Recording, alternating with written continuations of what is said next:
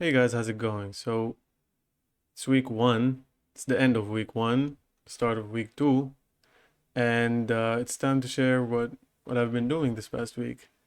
So week one was really all about research. All I did was research this week, and because I've started from zero this past week. Like last week when I made my first video, I knew nothing about dropshipping, like zero. So yeah, I started from nothing.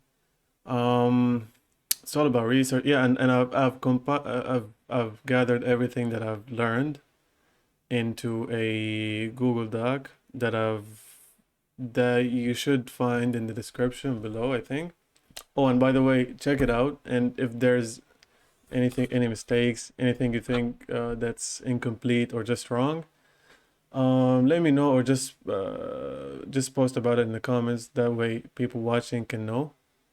Because keep in mind, this is like a few days of research, and this document was made like 2 3 days in. I haven't looked at it since.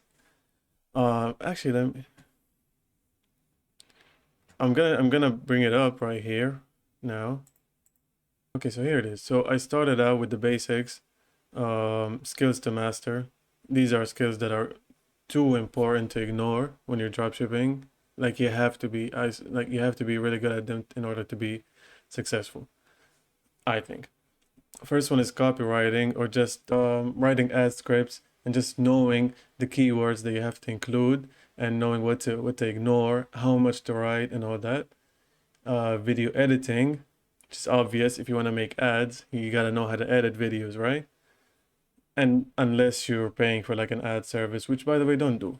Just make your own ads. It's a 30-minute ad. It's a 30-second video. It's not that hard. Just make your own ads. Web design.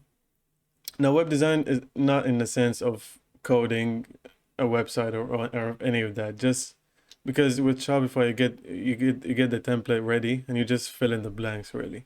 It's just about knowing what to fill exactly and what to leave out. Just yeah, it's just that. Just knowing the color palettes, for example, you shouldn't have more than 3 colors in your website. If you do, then it just looks crazy.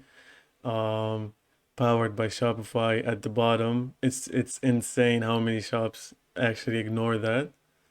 Um, and just adding the small details, the badges of authenticity, the as seen on the and just those extra things basically. Posting on social media. Now it's not necessary, but it helps you grow tremendously. If you post videos on TikTok about your product every day, I mean that's huge, right? If you post the same videos on Instagram Reels, then that's even better. If you then take them and post them on YouTube Shorts, that's 3 times the viewership, assuming that the same amount of people watch every video on each platform. Yeah, and then you can post them on Facebook, you can post them on even Pinterest, Tumblr, I don't care. Just posting on social media in general, that's a big plus. Which I cannot do. Like I suck at social media. Anyway, product selection criteria. Now these keep in mind, as I said, this list was made like 4 days ago maybe. So since then I might change some of these things, but most of yeah, I think some like most of them still hold, I think. So for the selection criteria, find products that are selling well. That's a big one. If you go, for example, on Aliexpress, and you find a product that you actually like and you want to put in add to your store, look for sellers with at least a few hundred orders. Not those, those 7 order sellers or like 20 and no, just I'd say like 200 and up. That way they have some experience at least, and they've dealt with some customers before. Mm, and I should add that reviews. Okay, I think I have it here. That yeah, to make sure there's reviews first of all, and make sure the reviews are good. Most of them at least. If there's like 100 reviews, make sure at least like just make sure they have a 4.8 rating or above. 4.5 maybe, but I'd say just keep it above 4.8. You'll be fine. Okay, next. Find products that you can mark up 3 times or more. Now this one I wouldn't. I might change. I'd say if you can find a product that you can sell for double the cost, then I'd say that's good enough. Look for room for improvement. Yeah, this is a big one because yeah, I'd say don't go for products that you're gonna get stuck with eventually. I mean, if you're gonna go for like a massage gun, that's good because after the massage gun, you can then market other health product or like pain relief products or so on. If you go for like I don't know, if you go for like a like kitchen appliances, that could be the whole store. If you're selling like I don't like fidget spinners or whatever, then that's all you're gonna sell really, right? So I think just look for products that you can improve upon or just products that you can branch out of or from. Um, Products that improve quality of life. This is not a must. I wouldn't say this is a criterion. I'd say it either improves quality of life or it's unique, right? So it could be either something that solves a problem that people have, or it could just be something unique. For example, the massage gun again solves a problem, right?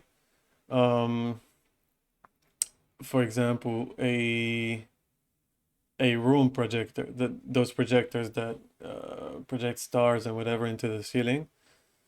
Those don't really solve a problem, but they're just unique, and that's the gravitating quality about them. Um, oh, this one, I love this one. Can I, as a customer, buy this product on Amazon for less, or get it for faster delivery, basically? Every product, any product you see on AliExpress, make sure you check on Amazon first. Check if there's someone else selling it on Amazon, which most of the time there probably is. Check how much they're selling it for and how much they're selling, I mean quantity, how much they have already sold and the reviews and all that, and their delivery time. If they either have a cheaper listing price than you or a faster delivery than you, then what's the point?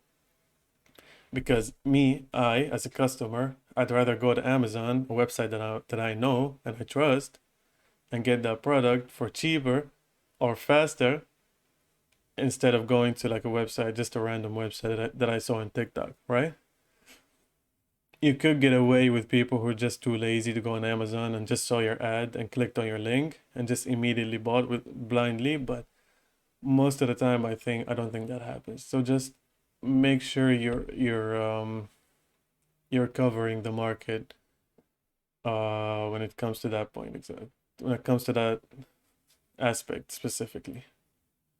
Okay, AliExpress product selection criteria, reviews, talked about them. Seller must have hundreds of order. We already talked about that. 8 to 10 days shipping. Not more than 2 weeks. Okay, this is actually my problem. Like currently, as I'm making this video, uh, this is the issue that I'm facing. I can't find can't find a good product. Okay, wait. Let's go back for a second. How do you? I'm sorry, I'm new to this, so. Okay. So, I've been looking at products this entire week, while doing research, and I've looked on different websites. I've looked on different platforms, and every product that I come across, it's either too expensive, meaning there are cheaper alternatives on Amazon or any and on other websites basically, or it's like 30 days shipping, which is insane. Or not 30 days, but it would be like 7 days, 7 to 20 days or sometimes it would be like 20 to 30 days, which is just unacceptable. Like I wouldn't want that in my store. But if that's what I have to do, then I guess it is what it is, right? But I don't know. For now, that's what I'm stuck on, really. Mm, Also, AliExpress is so shit. I've been looking at alternatives, which by the way, I think I've wrote some of them down. Um,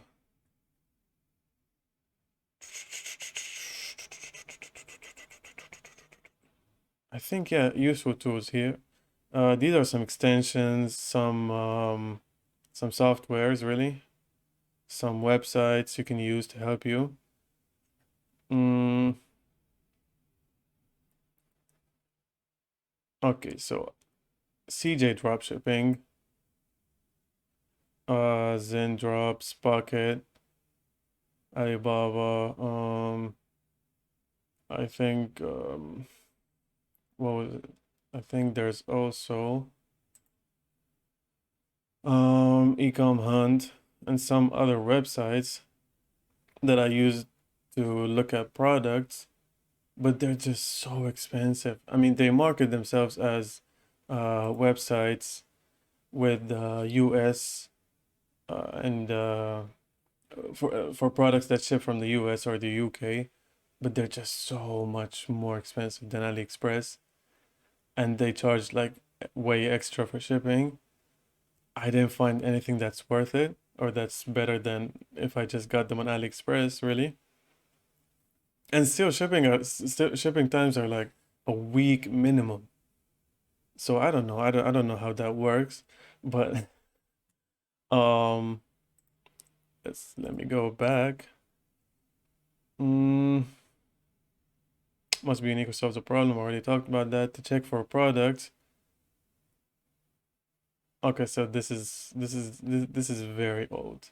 I wouldn't stick to that, but um you can check TikTok for products. You can just go to pages of other dropshippers or like other dropshipping websites and accounts and just follow them, like their videos, go to their websites, and TikTok's just gonna recommend you more dropshipping TikToks basically.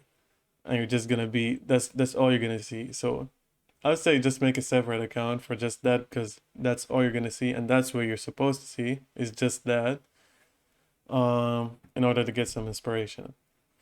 Facebook, same exact thing.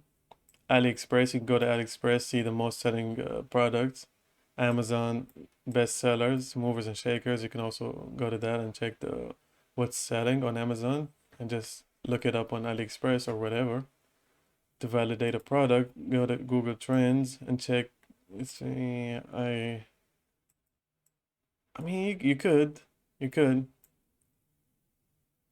It's definitely a plus if you check Google Trends and a product is popping right now, but I wouldn't say it's a must.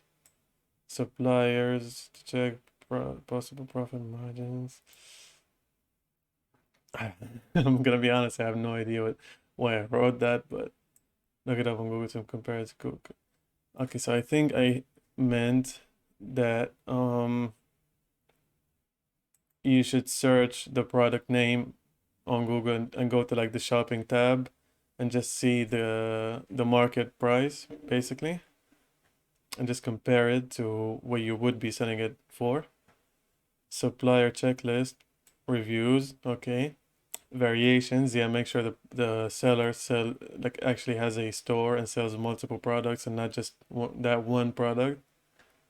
Shipping times, price, pretty standard, I would say. Useful tools. Okay, I'm not gonna go into details for all of these, but you can check them out. Most of them are helpful. Some of them are very useless, I'd say. Some of them you can't even you have to pay to just look at them, which don't pay. There's free tools all around. You don't have to pay.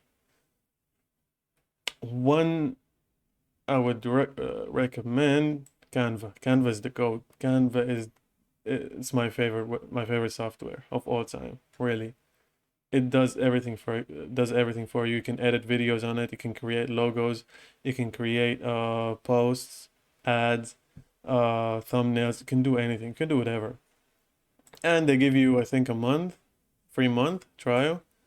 And when that month ends, in my case at least, um, I remember at that point I stopped using it like halfway through the first month, and then they messaged me, like they emailed me out of nowhere saying, "We feel bad. Here's another free month." And I used that one, and I just never used the app again. And then they emailed me again, and now I'm on my third free month. So I wouldn't say don't pay, but if you don't have the money, even their free subscription, with, I guess not subscription, but their free version, it does the job, honestly. It's goated. What else? Bands of ads. I don't think they charge like 60-70 bucks for to make ads for you. Not it. Shopify apps supplying me the, honestly, I haven't yet made a Shopify account because I don't want to waste my what is it, 2 weeks trial. So I know what these do, like generally, because I think it's most of them are self-explanatory, like currency converter, frequently bought together, sales pop-up. But yeah, I haven't actually looked at them like face to face, and so I have nothing to say about them for now. This is gonna be in a future video probably. Store design tips. A 2 to 3 color palette. Remove the Powered by Shopify as seen on authenticity stamps. There's definitely more. There you can you should have videos. You should try to have videos or GIFs. I think it's GIFs. As much as possible, and try to focus on those instead of pictures, just to keep people engaging. Another thing, uh, focus on the iPhone, not the iPhone, but like the phone version of your website, because 90%, I don't know if it's actually 90, but most people are gonna be on their phones when they look at your ad or look at your website. So try to focus on that. Mm, okay, these are the layouts that I saw most people recommend. They beautify an impulse. I don't know anything about them, as I said. I haven't tried them yet. Research suppliers before anything. Yeah, that's another thing. Contact suppliers, talk to them. AliExpress's message center thing is terrible. Like I tried to contact someone today, and I think I got like shadow banned or something because they weren't receiving any of my messages, and none of the other sellers were. And it would just give me like a pop-up saying that your message was not sent. So I'd say as soon as you get in contact with one, just tell them, can we exchange emails? Can we talk on WeChat or whatever? And try to avoid talking to them on AliExpress, as to the best of your ability, of course. AliExpress is better for testing new products, but not suitable for scaling. Yeah, eh, I'd say so, but that's not at all what I'm thinking about right now. I'm not thinking about scaling right now. Like, let's just leave that for the future. Use private shipping. Okay, this is also okay. Add layout. I think add layout and add format are the same thing. So I'm gonna take the shorter one and talk about it. So the ad format, you want it to start out with a bang, because people now have we all know this. People have very short attention spans. You only have like 3 seconds to impress them before they scroll away, and so you gotta start with a bang. You gotta make sure the first 3 seconds are the best part of your ad, basically. First 3 seconds, bang, then demo, which is a demonstration of the product, how it's used, what you use it for, the benefits, all that. Social proof, just like people talking about it, customers, for example, or yeah, just prove that people actually bought from you and they enjoyed it. CTA is called action. Make sure just add at the end like buy now, shop now, sale ending soon, 50% this week only, all that bullshit. Useful tools for ad copies, Grammarly. Oh, I like this one. Okay. So you make sure you use Grammarly to check for grammar when writing the product description, ad copies, and all that. Make sure there's no grammar mistakes. Sentences are flowing. You're not writing too much. It's not like an essay. It's not too short. Just make sure it's perfect. Grammarly will help you, and Hemway I think would also help you. Synonyms, try to use like big words, not big words or fancy word, but just try not to use boring or repetitive adjectives. For example, let's say this product is cool. This product is nice. Use something like more colorful. TikTok, Facebook ad library. You can go to either ad libraries and you can search for the product that you're selling and you would see other ads of that same product and you can get some inspiration from that. Amazon, same thing. Google search, same thing. Types of ads: TikTok ads, Facebook ads, Instagram ads, Google ads, email marketing. I'd say if you're just starting out, focus on either TikTok or Facebook. I think it depends on the product, I'd say. If you're selling like a boomer product, which I know isn't like an actual category, but if it's something that's more towards younger people, I think I'd say just focus on Facebook ads. If it's not, if it's like a projector as we've seen, or like LED lights, for example, for a room, I'd say that's more of a TikTok product. Instagram ads, Google ads, email marketing, that could all be done, I think, afterwards. I think these are the basic ones to start out with. Some people don't use ads at all, which is also completely fine. And sometimes it works just as good, even, or sometimes better. Mm, but yeah, I think most people would go for some type of ad campaign. TikTok ads criteria. Oh, TikTok must be layered with. Oh, okay. I don't. This is not a TikTok ads. This is for TikToks that you post on your account or on the brand's account. Make sure they're layered with either controversy, sex appeal, or shock, because that's what people like. That's what they're gonna stick in. That's what they're gonna stick there for, and watch your videos or your TikToks. But I wouldn't say it's necessary for an ad. So just keep that in mind. Uh, yeah, make sure to post 3 TikToks a day and never skip a day because it would mess up the algorithm. Um, I'm gonna be honest, I don't know if that's true or not. I just heard it on a YouTube video and just wrote it down. Best times to post are 3 to 5 p.m. Might differ. Also, this was from the same video, if I remember correctly, and he said from his experience, he found out that when he posted between 3 to 5, he'll get the most views or the most engagement or whatever. Tag TikToks with all the hashtags. Just make sure you have hashtags. Supplier contact message. Okay, so this is just a template of a message that you can copy and paste. But the same message got me banned on Aliexpress. So I don't know. Oh my god, am I sharing? Okay. I thought I wasn't sharing the. Anyway, that message got me shadow banned on Aliexpress, and now I have to wait. I think I don't know if it was a couple weeks or a month to get unbanned. But yeah, that's the situation right now. Next week, I'm probably gonna have the store up and running. I'm closing in on the product right now. I'm working on an ad that I'm gonna be editing in the next couple of days. Tomorrow, probably. I'm gonna have to work on a website, get the Shopify account, and create the website and all that. And yeah, I'll probably be back next week with the yeah, with the website probably finished at that point. So yeah, that's it for this week.